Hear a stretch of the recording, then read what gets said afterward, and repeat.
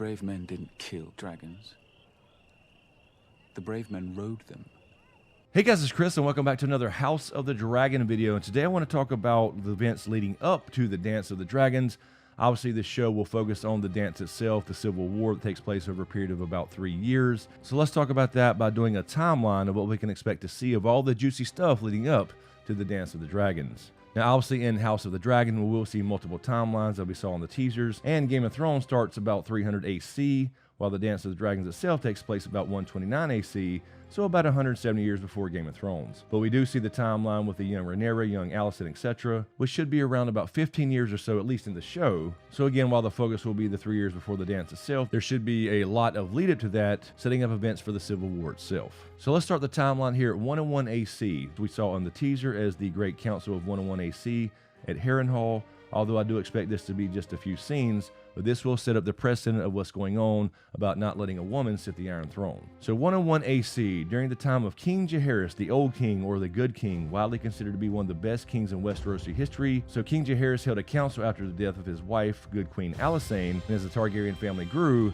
the line of succession became a little bit muddy. The two main contenders, of course, were Rhaenys and Viserys Targaryen, both grandchildren to the king, since the king's son Aegon had died only 3 days after being born prematurely. So an heir was needed that everyone would be loyal to pass on the line of succession peacefully. And of course, ultimately Viserys was chosen even though Rhaenys was older, so this set up the precedent for the upcoming war. And speaking of peace, do you want to watch your favorite TV shows or browse the internet without worried about being tracked? Let me introduce you to today's sponsor, Atlas VPN. A VPN is a virtual private network that encrypts your data and masks your IP address, allowing you to browse the internet anonymously. Atlas VPN is running a huge discount where you can get the 3-year subscription for just $1.99 a month, and of course that comes with a 30-day money-back guarantee. So do you want to watch House of the Dragon when it comes out, but in your region or country it's got a delayed release date? Just use Atlas VPN and select a US or UK server, for example, and HBO or Sky will think you are in those locations. The same goes for other streaming services like Netflix, Amazon, Disney Plus, etc., where they offer certain shows only in certain regions. With Atlas VPN, you can simply bypass geo restrictions and access your favorite content from across the world. Also stop malicious links, ads, and trackers, and all this works on all your devices under one subscription. And you want to talk about easy to use? You literally just click one button, you slide that over right there, and it is now connected. I am on a VPN through my phone, so now I can sling all my favorite shows to my TV without being tracked and skipping geolocation restrictions. And as I mentioned, right now Atlas VPN is running a special huge discount. It means you get a 3-year subscription for just $1.99 a month with a 30-day money-back guarantee. So time is running out. Get your deal today by clicking the link in the video description below. And thanks again to Atlas VPN for sponsoring today's video. Now let's jump back to the timeline. 103 AC. King Jaehaerys died with Alicent by his side, reading to him. She had been watching over him since her father Otto Hightower had become Hand of the King, and the king's health had been failing for a few years at this point. This made Viserys king, of course, as decided by the council, who at the time had no dragon. He did choose Balerion the Blackdread, who he only got to ride a couple of times because at this point he was old and slow. Of course, Balerion the Blackdread once belonged to his ancestor, Aegon the Conqueror. Also during this time, Viserys named his younger brother Daemon as his Master of Coin, and he then became Master of Laws for a short time before being assigned to Lord Commander of the City Watch, partly because the Hand of the King Otto Hightower came to hate him. He didn't want him anywhere near the crown, and Otto Hightower also suggested to King Viserys at the time to name his daughter Rhaenyra Targaryen heir to the Iron Throne. Then we jump to 104 AC. As mentioned in the previous video, Daemon would bring some respect back to the City Watch, providing them new armor, new weapons, and golden cloaks, and calling himself the Prince of the City, and the City Watch earned a new nickname as well from that point on, being called the Gold Cloaks, as we saw in Game of Thrones. And this same year, a tourney was held at Maidenpool in the Riverlands to celebrate Viserys' coronation, and here you'll meet Sir Criston Cole as well, who made quite a name for himself during this tournament as he beat Daemon Targaryen in both the melee event and the joust.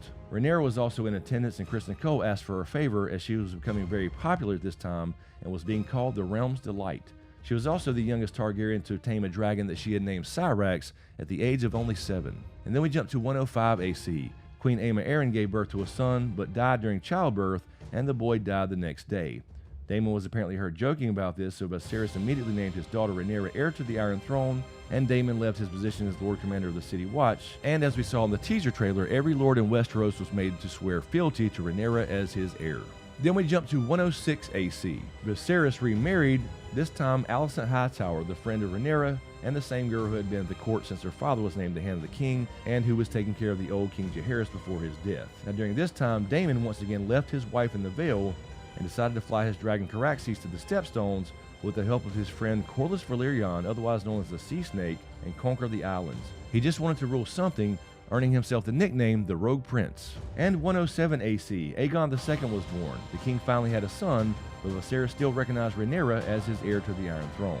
Then we jump to 109 AC.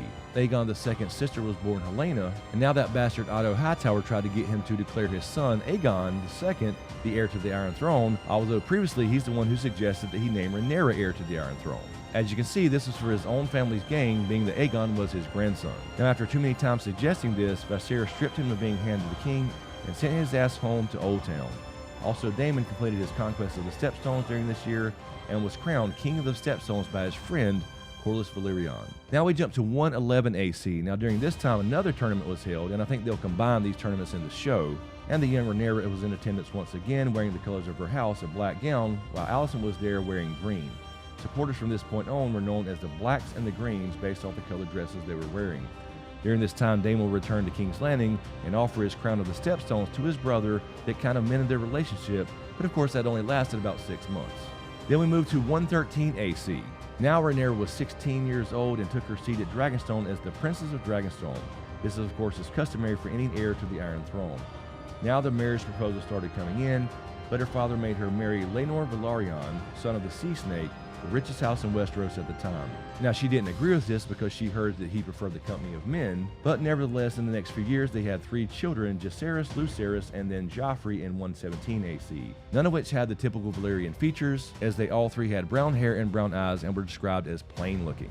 Then in 115 AC, Daemon marries Laena Velaryon after his wife died from falling from a horse, and they would have twin girls, Rhaena and Baela. And then we jump to 120 AC, and this was called the Year of the Red Spring. Lots of bad shit happened this year. Both of Corlys Valerion's kids died, Laena due to childbirth complications, and Laenor was killed at a festival, supposedly by his lover. The rumors then started about Rhaenyra's kids. It was noted that Rhaenyra's sworn shield, Harwin Strong of Harrenhal, called Breakbones, had brown hair as well, and to try to quell the rumors, King Viserys sent him home to Harrenhal, but then he mysteriously died in a fire, and his father, the current Lord of Harrenhal, Lionel Strong, also died in the same fire. Otto was asked to return as Hand of the King, and also during the same year, Daemon and Rhaenyra were secretly married, both being free now from a few deaths in the family, and had their first son, Aegon III. Now, Daemon had tried to get close to her over the years as she was the heir, and it was said that she had always been smitten with her uncle. It's also worth noting that during this time, Alicent's second son, Aemond, tamed the largest dragon still alive at the time, called Vhagar. He did this in secret as he knew his parents would not approve. Now, I won't go into any details here to avoid any major spoilers for the show, but I will say he did succeed, but it did come at a cost. Now, a few more things did happen between this time and 129 AC as the Dance of Dragons kicked off, again except for a few things that I won't mention here due to spoilers. But time was all it took, all the pieces were in place, and it just took the death of a king to set things ablaze. Literally. And as usual, thank you to everyone on Patreon who supports this channel, as we cannot depend on ad revenue anymore. And again, thanks to Atlas VPN for sponsoring today's video. So thanks for watching, and we'll see you next time.